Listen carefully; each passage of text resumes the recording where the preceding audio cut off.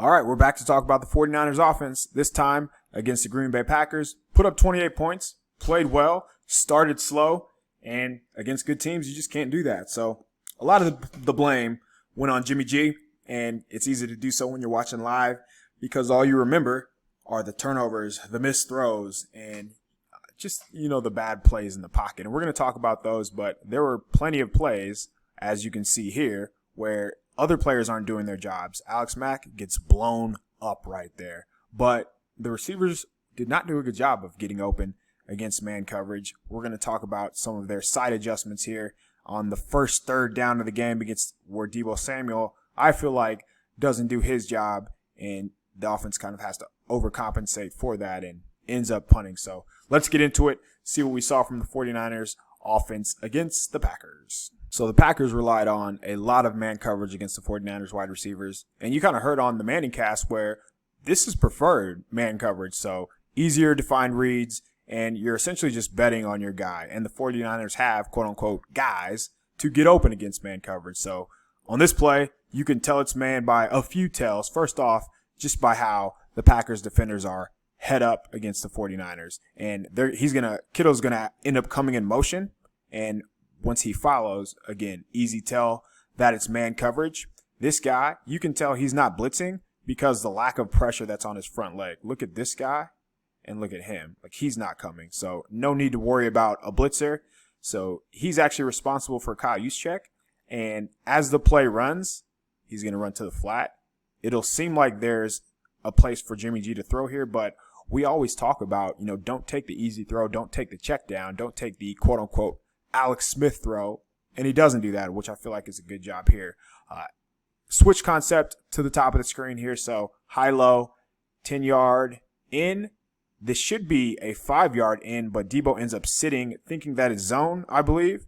And to the bottom of the screen, Kittle's going to run in motion and run a flat route, and Ayuk is going to run the sail route from the sail concept, so he's just going to run up and come back to the corner here. So the top of the screen is what we're going to focus on. So watch Deebo Samuel and watch the man coverage. But first off, I want to watch Juszczyk. So maybe right there, it's 3rd and 6. And does he pick that up? Sure, there is a chance. But this is where the ball needs to go. This is the read. He's chasing, so the window is right there. Instead, Deebo ends up sitting down, thinking that it's zone coverage. And because of that, Jimmy has to clutch, hitch, and go to his third read. It should be easy for Deebo. Man coverage, keep coming across the field. He's probably still running if he does that because there's nobody else to tackle him. We'll be able to look at it from the end zone view here where Deebo should probably keep coming. And the 49ers have to end up punting because of this.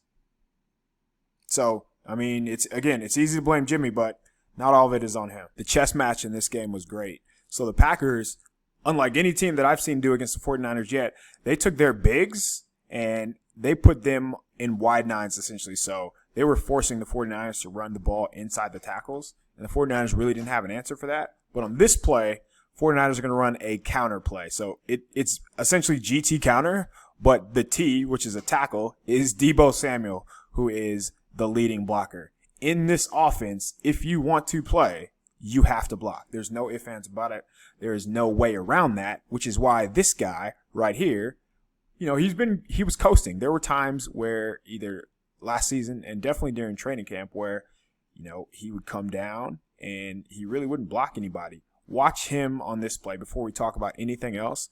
And you can't tell me that Brandon Ayuk not playing the last couple of weeks didn't change his mentality because that's what's needed in this offense. So, Brandon Ayuk did a great job this game of getting after it. That's a linebacker that he's blocking right there.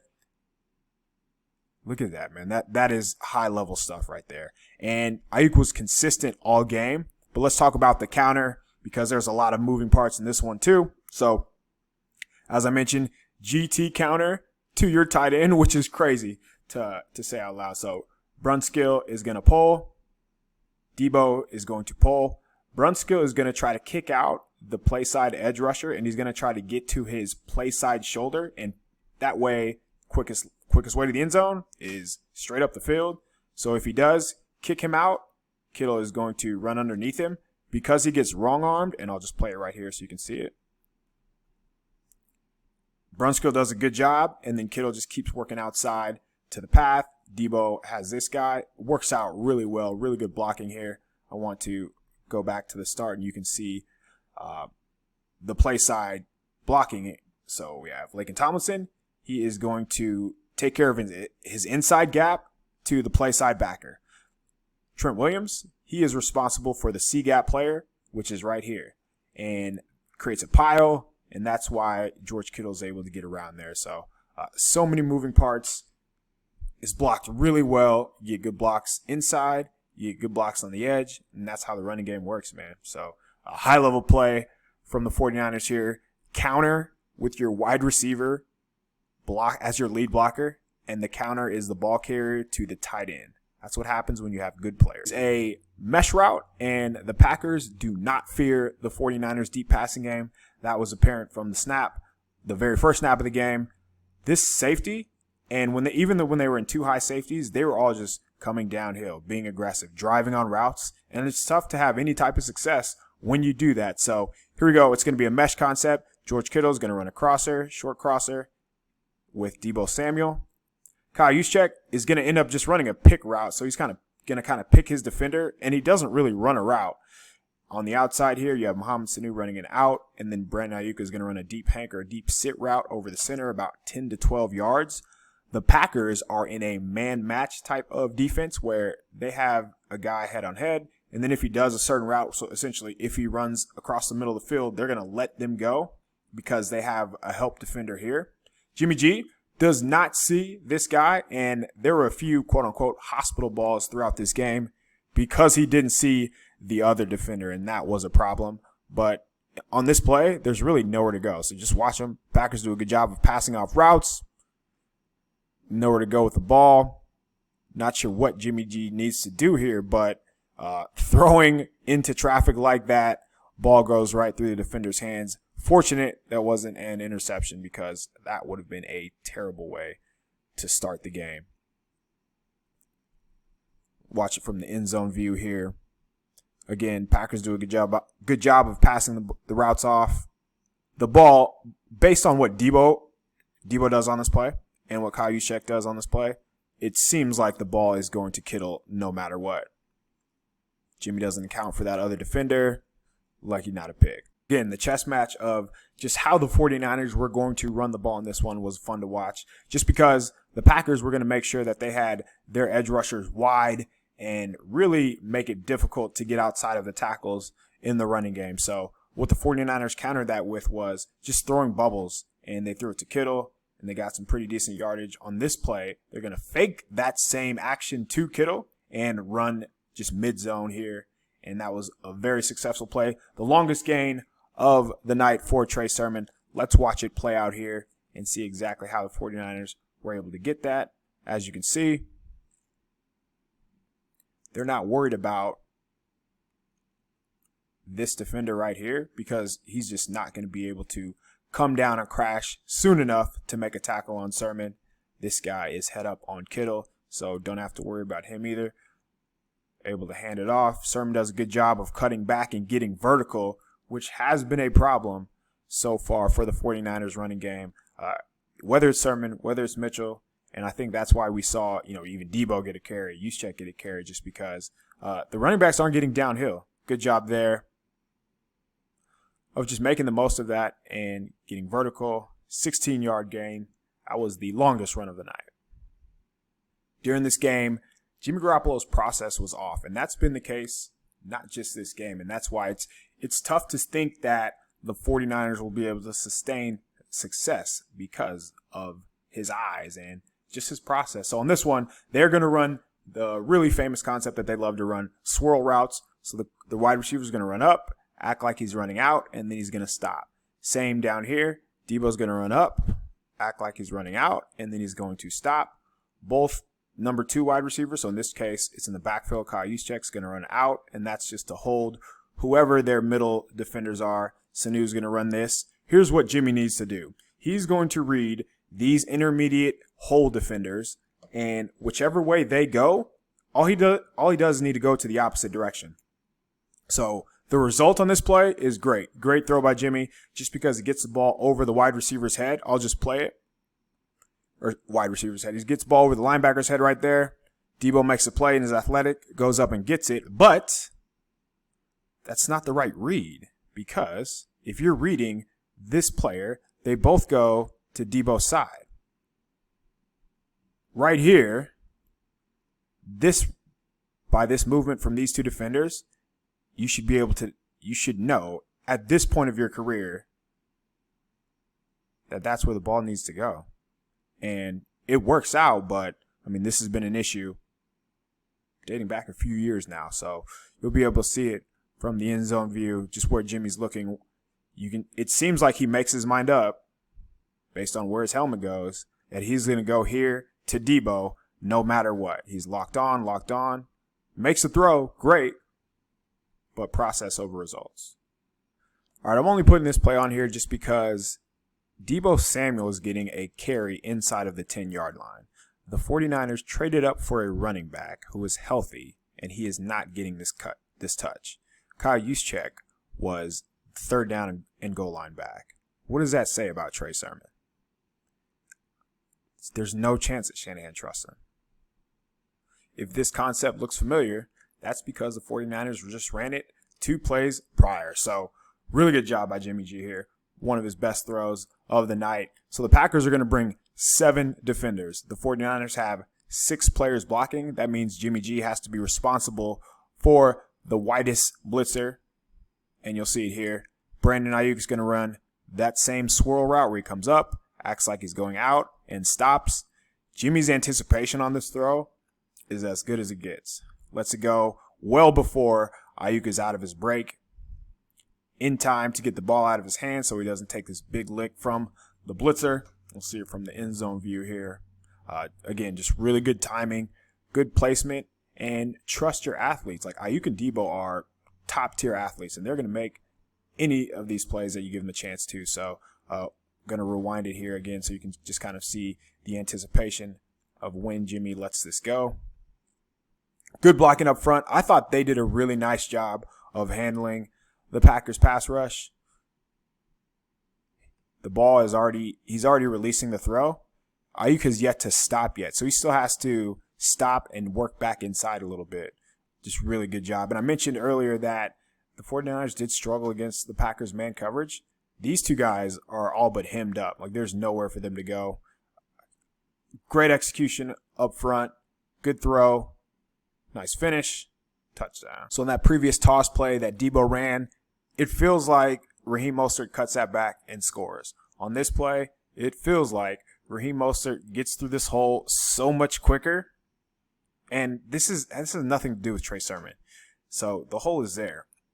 Right there. And he gets there. And it's a positive play.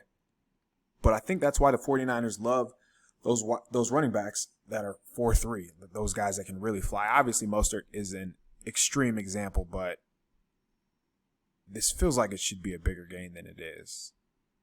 And it honestly just comes down to speed. All right, on this play, it's pretty much sums up how most of the night went for the wide receivers, just how they just couldn't get open.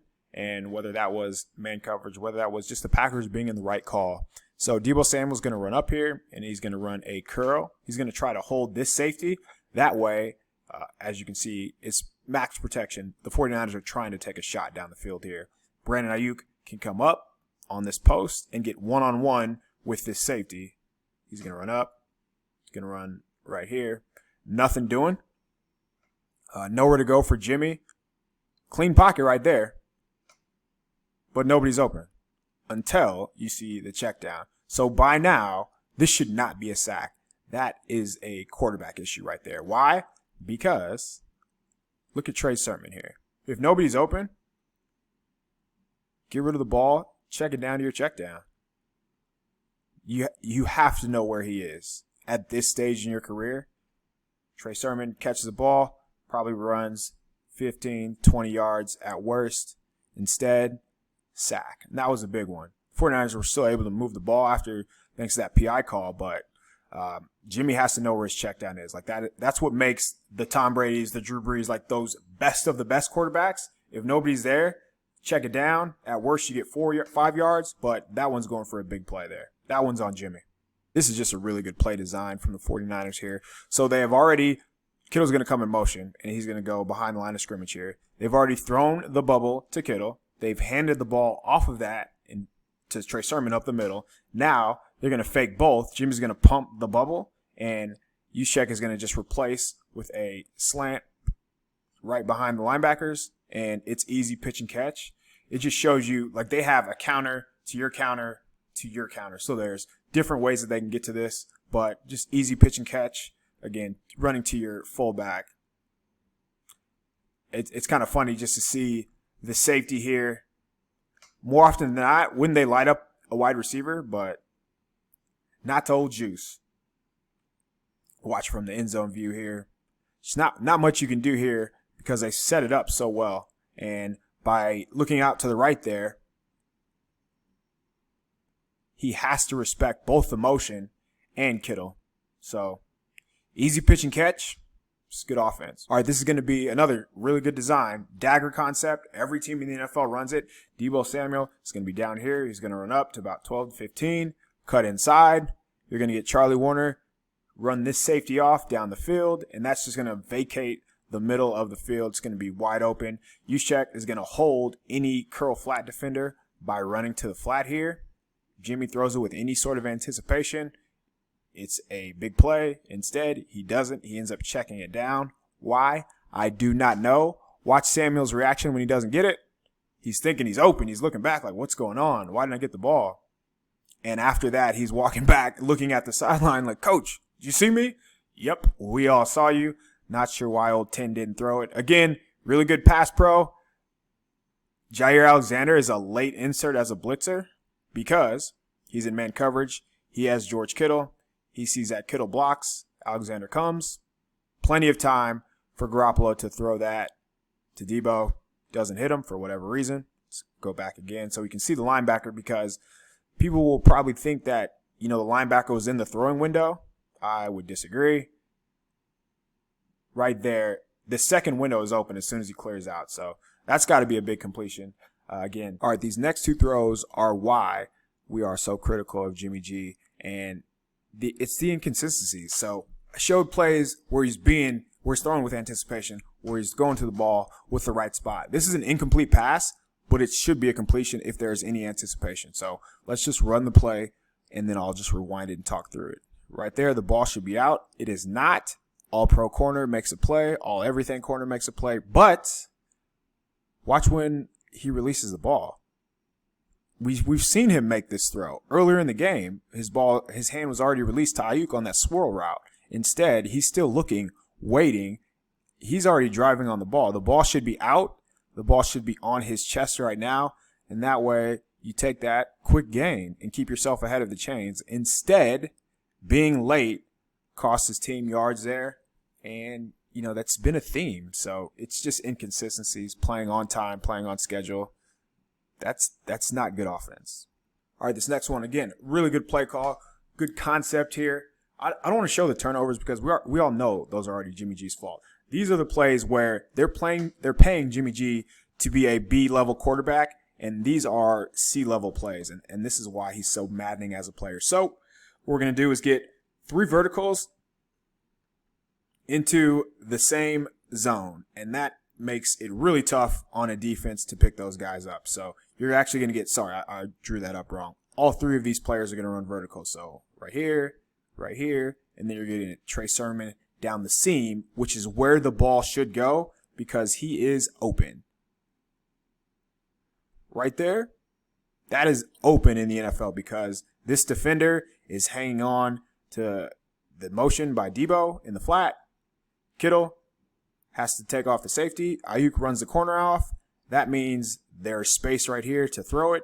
And we have seen Jimmy in this game make much tighter throws, much more contested throws, but throws it up to Deebo here. And this is honestly like a hospital level ball where Kittle got hurt against the Cardinals last year. Like, that's why it's frustrating because these are the throws. These are the plays that are being left on the field in the fourth quarter. And that's why it's pretty frustrating. And that's why people are calling for Jimmy G. But to be benched and for Trey Lance to play. Walk through it one more time. Just full speed where you can see the concept's there. His eyes are in the right spot, but he doesn't pull the trigger, moves around a little bit, gets happy feet from, pressure that isn't really there, and it's an incomplete pass. This is the very next throw. It was a sail concept to Deebo Samuel off to the left, and the ball honestly couldn't be placed any better. Just a really, really good throw. His arm was hooked, so I wouldn't say that that's a drop, but I just wanted just to show it, just for the ball placement from Jimmy G here, because this is about as good as it gets. Gives the guy a chance, knows the defender isn't looking, so he can't stop the throw. Incomplete pass, but great throw. Talk about the number of hospital balls in this game. There are some throws where I feel like Jimmy G had to make them just to give his wide receivers a chance.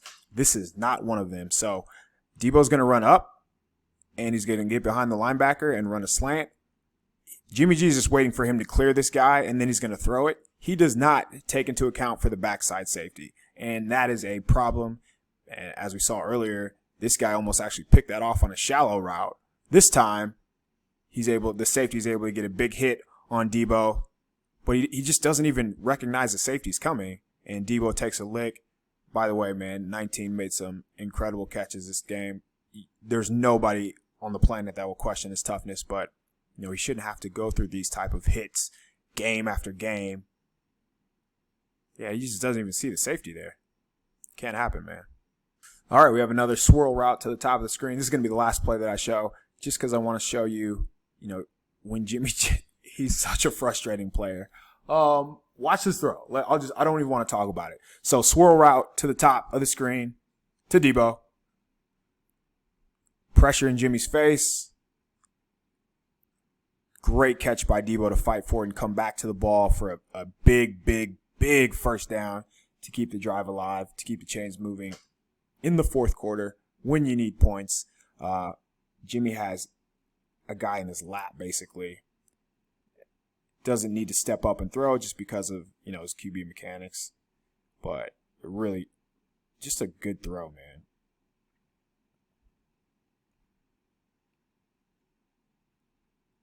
Gave his guy a chance.